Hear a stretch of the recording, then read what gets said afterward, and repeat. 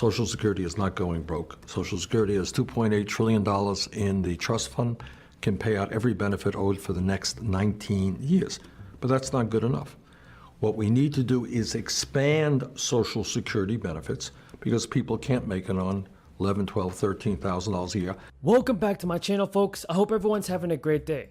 This is your fourth stimulus check update and daily news report. Let's go over the very important stimulus check news, everybody, as well as the news surrounding Social Security benefits. So Social Security trustees on August 31st issued another report that warned of the pending depletion of the reserves of Social Security benefits. The current projection is that the trust fund backing retirement benefits only will run out of money by 2033, a year earlier than estimated in the 2020 report. It is another wake-up call that Congress must do something, and the sooner the better. It's also a reminder that individuals may want to prepare more on their own, but the latest report does not say the system is going broke and will be unable to pay any benefits in a dozen plus years. Media reports have focused on the pending depletion of the trust fund, supporting Social Security retirement benefits. The old age and survivors insurance is now projected to run out of money in 2033. I've heard some of my Republican colleagues talk about how the COLAs, cost of living adjustments, are just too generous. Well, this year they're zero. I'm not quite sure how zero is too generous. And the reason that we have inadequate COLAs is that seniors' purchasing needs are very different than 18-year-olds or 20-year-olds. If including disability benefits, the system could be insolvent by 2034. Insolvency means the trust fund financial cushion is expected to be exhausted by 2033. It doesn't mean a system will stop paying benefits entirely around that time. Even without this cushion, Social Security will still collect payroll and self-employment taxes and even income taxes. Still, all this portends a cut in benefits. An increase in taxes or other actions to get the system's cash flow back to normal. Congress may be able to fix this. Most of these remedies involve higher payroll taxes, benefit cuts, or a combination. Higher taxes could spread across the board or focus on high earners. For example, benefit cuts also could be applied across the board or target high earners. There are options, but time is running out. The current estimate is for a reduction of about $1 for every $4 or so in benefits, starting in 2033.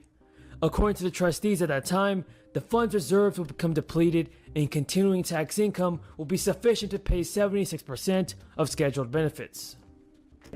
That the Social Security benefits are sufficient enough that you can live with dignity. You may have just answered it, but is there anything that you might be able to say to someone who hears this and says, yeah, we got to do something, but I'm reluctant because I put this much money in? Now, Congress may be able to fix this. The current estimate is for a reduction of about $1 for every $4 or so in benefits starting in 2033. According to trustees, at that time, the fund's reserves will become depleted, and continuing tax income will be sufficient to pay 76% of scheduled benefits. Another way to look at it is by examining how much of a typical retiree's income will be paid or replaced by Social Security benefits. Pensions, personal savings, perhaps housing equity, and other assets make up the rest. And also, everybody, Biden's American Rescue Plan granted a $300 per week boost to anyone receiving unemployment benefits. Those extra payouts officially end on September 6th, today. Though more than 24 states cut off the federal crisis benefits early. The holiday also is the expiration date for a program that has provided unemployment checks to gig workers. Under the March relief measure, the government has been paying 100% of the premiums of laid-off workers who keep their job-based coverage through what's called the COBRA law. But that benefit runs out on September 30th, and people who have been taking advantage of it may need to find new. That's because COBRA is expensive. Those who use it must shoulder the entire cost of an employer health plan, which averages $1,715 a month for a family. Since July 15th, households with kids have been receiving monthly family stimulus checks under a one-year expansion of the child tax credit. The payments will total as much as $1,800 for each kid under age 6 and $1,500 for 6 to 17 dependents. But the final check is scheduled for December 15th. Democrats in Congress are trying to keep up the beefed up child tax credit by including an extension in a $3.5 trillion spending plan now in the works. A U.S. Supreme Court decision has brought an early end to a nationwide eviction moratorium that was scheduled to run through October 3rd. More than 3.5 million renters say eviction is very or somewhat likely within the next 2 months. The last two stimulus packages provided $46.6 billion in rent relief money, but only 11% of the aid had been given out to renters by late July. You apply for the rental assistance through state and local housing agencies. The administration is cutting red tape to help them speed things along, and as the safety net shrinks, many are hoping the government will come through with a fourth stimulus check. An online petition that calls for monthly payments of $2,000 for every adult and $1,000 per child at the end of the crisis has gotten more than 2.8 million signatures, on its way to a goal of 3 million. And to pass legislation, Democratic leaders will have to win over moderate members of their party in the Senate. And so I'm calling on private insurance companies, don't hide behind the fine print and technicality. Pay what you owe your customers. Cover temporary housing costs and natural disasters, and help those in need. That's what we should all be doing now, and that's what we are doing. So far, we have provided, with the governor's help as well, $100 million in critical assistance directly to people in Louisiana by putting $500 in their bank accounts once they've contacted us. That's what we're going to come back and let all you people know exactly how to do that. That'll happen.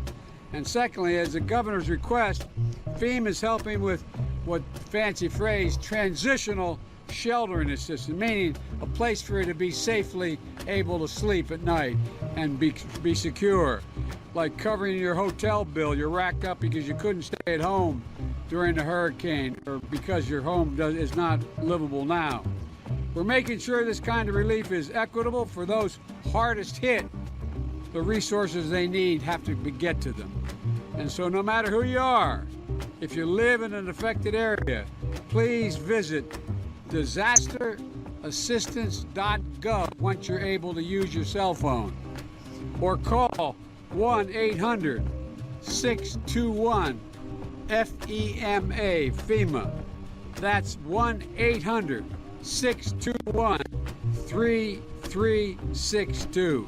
And folks, Hurricane Ida is another reminder that we need to be prepared for the next hurricane. And superstorms are going to come, and they're going to come more frequently and more ferociously. I've been working closely with the governor and our colleagues in Congress in both parties on my Build Back Better plan that will modernize our roads, our bridges, our water systems, sewers and drainage systems, and power grids and transmission lines to make sure they're more resilient. I walk through the backyards here. So many telephone lines are down. So many telephone poles are down. So many of the